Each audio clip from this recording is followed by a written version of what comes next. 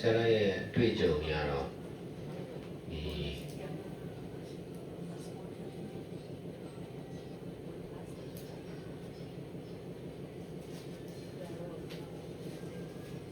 ချင်းချောက်တက်တဲ့လူကလည်းမပြတ်ချင်းချောက်တွေ့လို့မရဘူးကိုချင်းချောက်တာလို့ကြောက်တာမကြောက်တာတပိုင်းပေါ့လေချင်းချောက်ရတာဆွဲနေတာ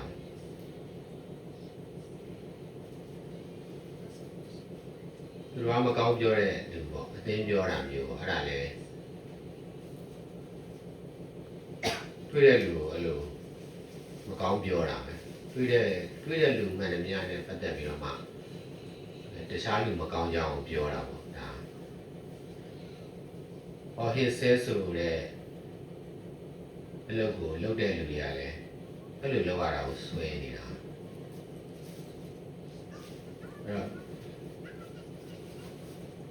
အဲ့တော့အဲ့လိုလုပ်ရတာဆွဲတဲ့အတွက်သူကလူရှိလည်းနားမလဲဘယ်နေရာဆိုတာတွေလည်းသိပြီးတော့ဒီအယူမဆိုင်ဘူးပေါ့လေဒီလိုလုပ်လိုက်ရမှာဒီလိုဖြစ်ဒီလိုလုပ်ရမယ်ဆွဲနေတာဟိုရွှေရှင်အမှုပညာရှင်တွေလည်းပေါ့နော်ဘယ်လိုဝမ်းသာရရှင်ဝမ်းသာရမယ်ဝမ်းနည်းရရှင်ဝမ်းနည်းရမယ်စိတ်ဆိုးရရှင်စိတ်ဆိုးရမယ်အဲ့လိုပေါ့အဲ့ဒါကိုဆွဲနေတော့လောက်ရက်ကိုပဲတတိထားလို့လောက်ရက်ကိုပဲဂယုဆိုင်လို့ပေါ့နော်။ဒါမှမဟုတ်လဲစကားတွေကိုဂယုဆိုင်လို့ပေါ့ဘယ်လိုပြောရမလဲအဲ့ဒီတိုင်းမဟုတ်ရင်ဒါကိုယ်စော်ကားတယ်ကိုယ်ထင်သေးတယ်ပေါ့လေအဲ့လိုမျိုးစိတ်ထဲမှာစွဲနေတဲ့အတိုင်းပေါ့ဒီလိုဖြစ်ရင်ဒီလိုလုပ်ရမယ်ဆိုပြီးတော့လက်ခံပြီးတော့အဲ့ဒီအတိုင်းကိုလုပ်နေတာခွေးဆိုလည်းဒါဟောင်းရတာဆွဲနေတယ်ဒါသူကဆွဲနေတဲ့ခွေးရတော့ဟောင်းလဲမှရှင်းတတ်သွားတာအဓိကသူကအဲ့ဒီလိုလောက်တာကိုသူ့အလုပ်လေသူ့အလုပ်သူလောက်တာကိလေသာဒီလိုပဲလောက်တတ်တယ်ဒီလိုဆွဲရဒီလိုပဲလုပ်မှာပဲအဲ့တော့ဒီလိုဆဲဆိုခံရတယ်ဆိုလဲဟောဟိခံရတယ်ချင်းချောက်ခံရတယ်ဆိုလဲဟောဒါသူ့အလုပ်သူလုပ်တာပဲဘယ်လိုတံမြာကြီးကချင်းတယ်ဒါသူ့အလုပ်လေမြို့တီးကဆက်တယ်ဆိုတာသူ့အလုပ်ပေါ့တရားချိုးတယ်ဆိုတာလည်းသူ့အလုပ်ပဲအဲ့ဒါကိုကတားလို့မရဘူးတံမြာကြီးကိုမချင်မှနဲ့တားလို့မရဘူးပေါ့လေဒါသူ့ရဲ့အမှန်တရားပေါ့တံမြာကြီးကချိုးနေတာအမေရိကန်လှုပ်ထားဖြစ်သွားမှာတဘာမှမကြတော့ဘူးပေါ့လေအဲ့တော့ဒေါသကလည်းသူ့အလုပ်သူလုပ်မှာပဲမေတ္တာကလည်းသူ့အလုပ်သူလုပ်မှာလောဘကလည်းသူ့အလုပ်သူလုပ်မယ်အာလောဘကလည်းဒါဆွတ်လွတ်တဲ့အလုပ်ကိုပေါ့လေဒီလိုလုပ်မှာပဲဒေါသကတော့အကုသိုလ်အာဒေါသကတော့ကုသိုလ်ပေါ့လောဘကအကုသိုလ်အာလောဘကအကုသိုလ်ဒီလိုနားမလဲတာကလည်းအကုသိုလ်အမောဟနားလဲတာအမောဟအဲ့ဒါအကုသိုလ်ပဲအဲ့တော့ဒီလိုနားလည်မှုတွေကြတော့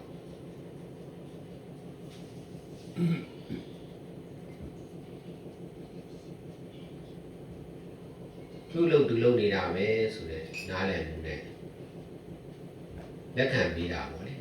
ဒီလိုလုပ်လိုက်မှကျဉ်တ်သွားတာပဲအဲ့လိုပေါ့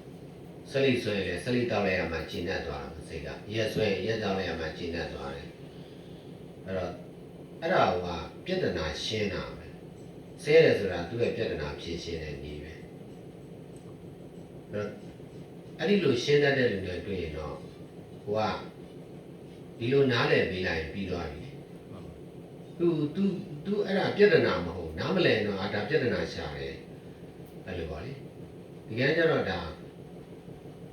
ပြဿနာကိုတရားနဲ့မရှင်းတတ်တဲ့အတွက်လောဘဒေါသမောဟနဲ့ရှင်းတဲ့အတွက်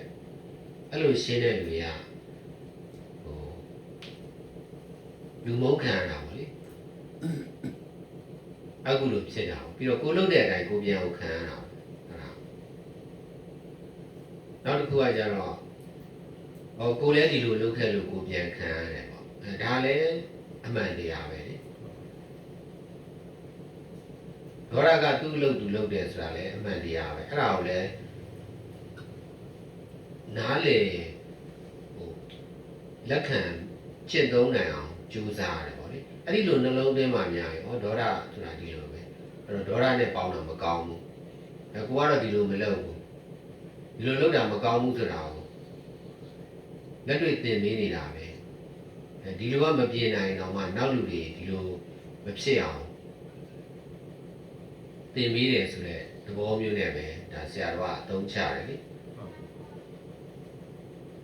အဲ့ဒါလည်းချိန်ပန်များစွာနှလုံးသွင်းရတာနှလုံးသွင်းတတ်သွားပြီဆိုရင်ဒီ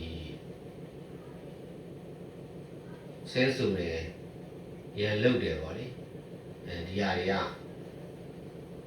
ပြဿနာမဟုတ်တော့ဘူးဖြစ်သွားတယ်ဒါကပြဿနာကိုဖြေရှင်းတာဟောတရားနဲ့မရှင်းတတ်လို့ဒီလိုရှင်းတာကိုလည်းတရားနဲ့မရှင်းတတ်လို့ဒီလိုပဲရှင်းရမှာပဲအဲ့လိုရှင်းတဲ့အတွက်လည်းမခံနိုင်တဲ့လူပါတခါတည်းနောက်ဆုံးလူတက်မှုတွေပါဖြစ်တယ်ဆိုတာအဲ့လိုပေါ့ဒေါသကူးဆက်သွားတာလေဒေါသနဲ့ဆိုရင်ကိုယ့်ဘောမှာချစ်ခင်တန်မိုးထားတာတော့ခံအောင်ပဲဆရာတော်အဲ့ဒီဘောတရားကိုပြီးတော့ဆရာတော်ဒါမေတ္တာနဲ့ပဲရှင်းတယ်အဲ့ဒီခါကျတော့ဒေါသနဲ့မရှင်းတဲ့အတွက်ဒေါသကိုမကြိုက်တဲ့လောက်ပေါ့မေတ္တာကိုတော့သဘောကျတယ်ဆိုပြီးတော့မှဒါဆရာတော်ဘောမှာအာတိခံတယ်အားလုံးမေတ္တာထားတယ်ဆိုတာတကယ်ကြရရင်လည်းသိရပဲတကယ်လည်းကိုကအဲ့ဒီလိုလုပ်တဲ့အတွက်ဆရာတော်ဘောမှာဒီခင်မင်နာပေါ့နော်တန်မိုးထားတာတွေလေးစားတာတွေပေါ့ဒါတွေကခံရတာပေါ့လူအများစုကအဲ့ဒီလိုဆက်ဆံလာကြတာပေါ့အဲ့ဒါလည်းဒီလိုကျင့်လို့ပဲတရားထုတ်လို့အဲ့လိုနားလေအဲ့လိုကျင့်တယ်နောက်တစ်ခုကလည်းကိုလုတ်ကလေးကိုခံရတယ်ဆိုတဲ့သဘောမျိုးနဲ့နှလုံးသွင်းတဲ့အခါကျတော့ဒါကိုယ်ကံကိုယ်အကျိုးပေးလိုက်ပြီအဲ့တော့အကုသိုလ်ကအကျိုးပေးလိုက်ပြီဆိုတော့ဒီအကုသိုလ်ကရော့သွားပြီဘုံပေါက်တယ်လို့ပေါ့နော်မပေါက်သေးဘူးဆိုရင်ဒီဘုံကအန္တရာယ်ရှိတယ်ပေါက်သွားပြီဆိုရင်ဒီဘုံကအန္တရာယ်မရှိတော့အဲ့လိုမျိုးပေါ့ဒေါသဆိုတဲ့ဒီအကုသိုလ်အကျိုးပေးရတယ်အကျိုးပေးလိုက်ပြီဆိုရင်အကုသိုလ်တစ်ခုရော့သွားပြီအဲ့ဒီလိုနားလေကိုလိုကိုခံရတယ်တစ်ဖက်သားကလည်းဒီလိုဒေါသထွက်တယ်ဆိုတဲ့ဟောတာသူ့ရဲ့ဒေါသထွက်တဲ့လူကတော့အကုသိုလ်ဖြစ်တာပေါ့လေအခုလိုအသစ်ဖြစ်သွားတာခံလိုက်ရတဲ့လူကတော့ဟိုဒေါသသူတို့ဘာပုံမှာဒေါသနဲ့ဆင်းဆူခဲ့တဲ့ဝိကျွေးတစ်ခုဆက်လိုက်ရပြီအဲ့လိုမျိုးအဲ့ဒါကိုလည်းချိန်မှန်များစွာနှလုံးသွင်းနေဆိုရင်တော့လုံရဲခံရရမယ်အဲ့လိုဝိကျွေးရှိရင်ဆက်ရမယ်ဒါတွေကတကယ်မှန်တယ်ဆိုတာကိုနားလည်လားဒီတိုင်းကြားရရင်လည်းတော့နားမလည်ဘူးပေါ့နော်ဒီတရားတွေပေါ့အဆုံးအမတွေလက်တွေ့ကျင့်သုံးကြည့်ရဆိုရင်တော့ဒါတကယ်မှန်တာပဲဆိုတာအဲ့တော့ဒီလိုနားလည်မှလည်းကိုယ့်ရဲ့အကုသိုလ်အကျွေးတွေကိုလျှော့ချလို့ရတာလေအကုသိုလ်ကပြီးတဲ့အပြစ်ဒဏ်ကိုခံလိုက်မှလည်းအကုသိုလ်ကယော့သွားမှာအဲ့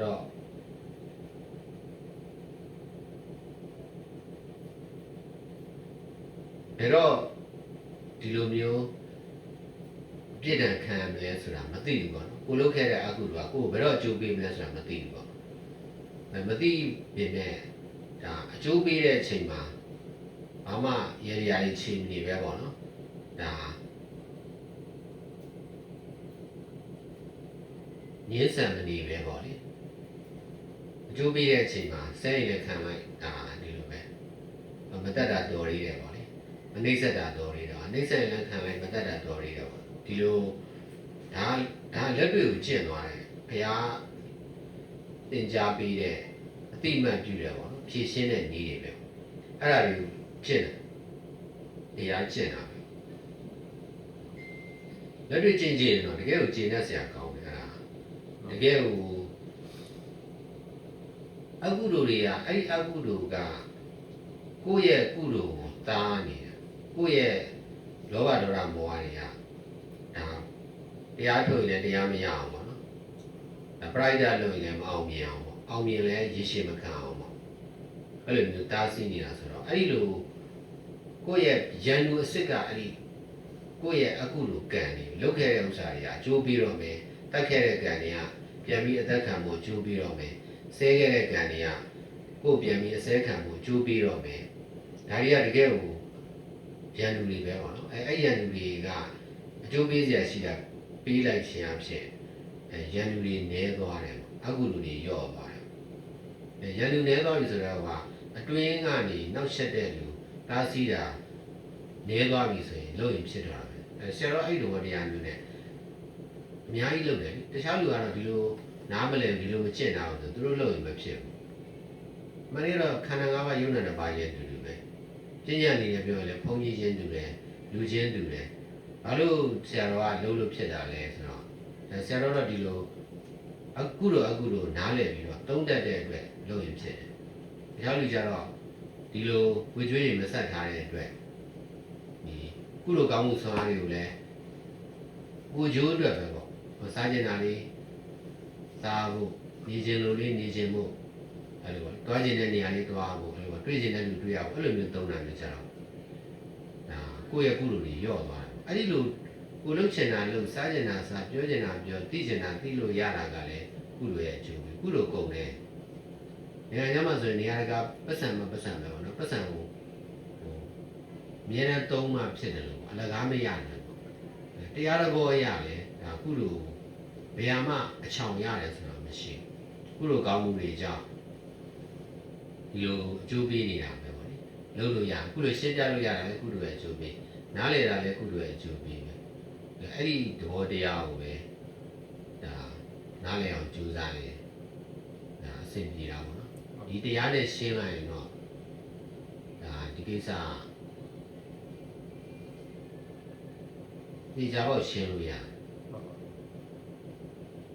ပြီးတော့ကိုယ့်အပြစ်ကိုကိုမြင်ရတာပေါ့နော်ဩဒါကိုလည်းမသိတော့သူ့လိုပဲလုပ်ခဲ့တာပဲဆိုတော့အဲ့ဒါကတော့တကယ်ကိုမှန်တယ်အဲ့လိုနှလုံးသွင်းနေလေဒါစိတ်ချနှံမှုရလေပြီးတော့အန္တရာယ်ကင်းလာနေလေပဲအခုလိုမျိုးရှော့ချပဲ